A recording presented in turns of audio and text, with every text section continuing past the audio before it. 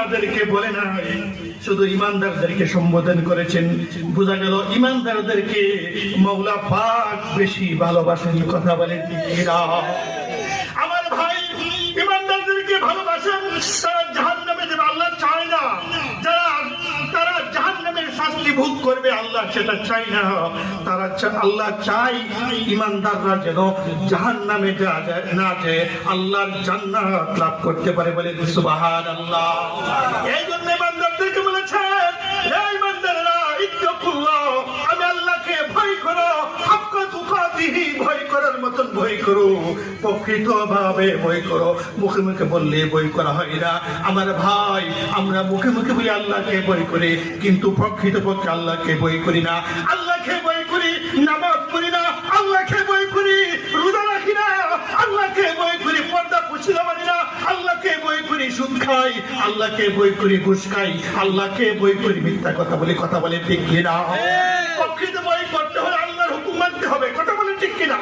প্রকৃতভাবে আল্লাহকে ভয় করতে হলে আল্লাহর প্রত্যেকটা পর্যায়ে প্রত্যেকটা হুকুম মানতে হবে। কথা বলেন ঠিক কিনা?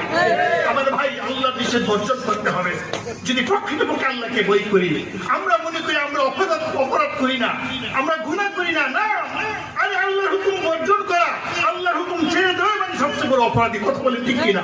মনে করি চুরি করলেই বুঝি অপরাধী, ডাকাতি করলেই বুঝি অপরাধী, সন্ত্রাসী করলেই বুঝি অপরাধী। না, জিনা ব্যভিচার করলেই বুঝি অপরাধী, সেটাই সীমাবদ্ধ না। বরঞ্চ নামাজ ছেড়ে দেওয়া বড় অপরাধ, কুরবানি ফরজ হইলে ছেড়ে দেওয়া অপরাধ, হজ ফরজ হইলে ছেড়ে দেওয়া অপরাধ, পর্দা পুশিদা ফরজ ছেড়ে দেওয়া অপরাধ। কথা বলে ঠিক কিনা? আল্লাহর হুকুম আহকাম না মানলেই সবচেয়ে বড় অপরাধ। কথা বলে ঠিক কিনা? সেই আল্লাহর হুকুম শুধু ব্যক্তি জীবনেই মানলে চলবে না। ব্যক্তি জীবনের পরপর প্রথমে পারিবারিক, তারপরে সামাজিক, তারপরে রাষ্ট্র, তারপরে আন্তর্জাতিকভাবে আল্লাহকে ভয় করতে হবে। কথা বলে ঠিক কিনা? প্রকৃতপক্ষে আল্লাহকে ভয় করতে হলে 5 পর্যায়ে আল্লাহকে ভয় করতে হবে। কয় পর্যায়ে?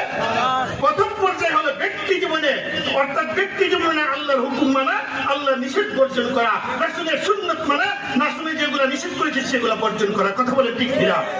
দ্বিতীয় নম্বর হলো পারিবারিক জীবনে, আপনি নামাজ পড়েন 5 ওয়াক্ত, আপনার স্ত্রী নামাজ পড়ে না, আপনি নামাজ পড়েন, আপনার উপযুক্ত ছেলে মেয়ের উপর নামাজ ফরজ হয়েছে, নামাজ পড়ে না, আপনার উপযুক্ত ছেলে মেয়ের উপর পর্দা ফরজ হয়েছে, আপনার স্ত্রীর উপর পর্দা ফরজ, তারা পর্দা পুশিদা করে না, অথচ আপনি সুন্দরভাবে পর্দা করেন, আপনি পুরুষ হওয়া সত্ত্বেও রাস্তা দিয়ে চলেন, আপনি একেবারে রুমাল দিয়ে ডেকে চলেন, কিন্তু প্রকৃতপক্ষে আপনার স্ত্রী পর্দা করে না।